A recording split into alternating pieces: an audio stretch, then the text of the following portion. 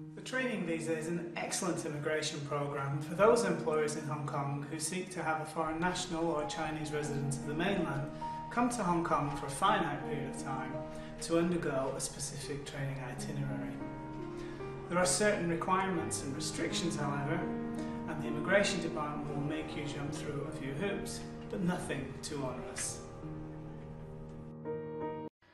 Training visas are readily granted in Hong Kong, and the essence of the approvability test for a training visa boils down to the bona fides of the sponsoring entity which will be providing the training, whether the training can be provided in the applicant's home country or not,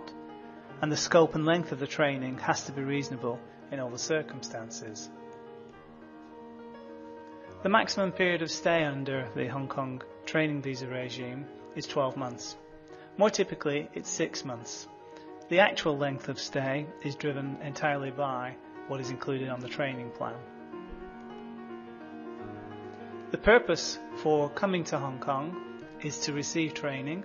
and this has to be from a Hong Kong entity of an overseas related party.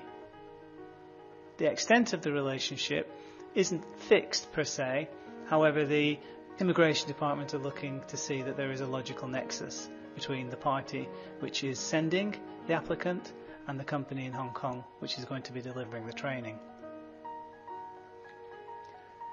As I've mentioned, the training plan is absolutely a vital document, not only for determining the amount of stay which will be granted,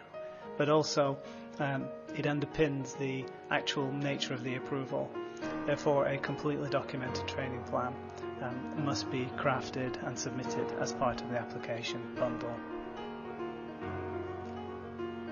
Whilst there are certain restrictions for mainland residents of China to come to Hong Kong to take up employment, the training visa regime does not preclude such mainland residents from coming to Hong Kong. However, those residents must be associated with good companies or other multinationals in Hong Kong, and the Immigration Department will look very closely at the bona fides of the Hong Kong sponsoring entity. Because the Immigration Department are granted limited specific approvals to receive training, it is very difficult to secure an extension to a training visa subsequently. Therefore, it is very vital that the training plan anticipates the entire training process and all of the activities associated with the training to be undertaken, detailed, and made sure that the necessary period of stay is granted for up to what is typically 12 months maximum, no more than that.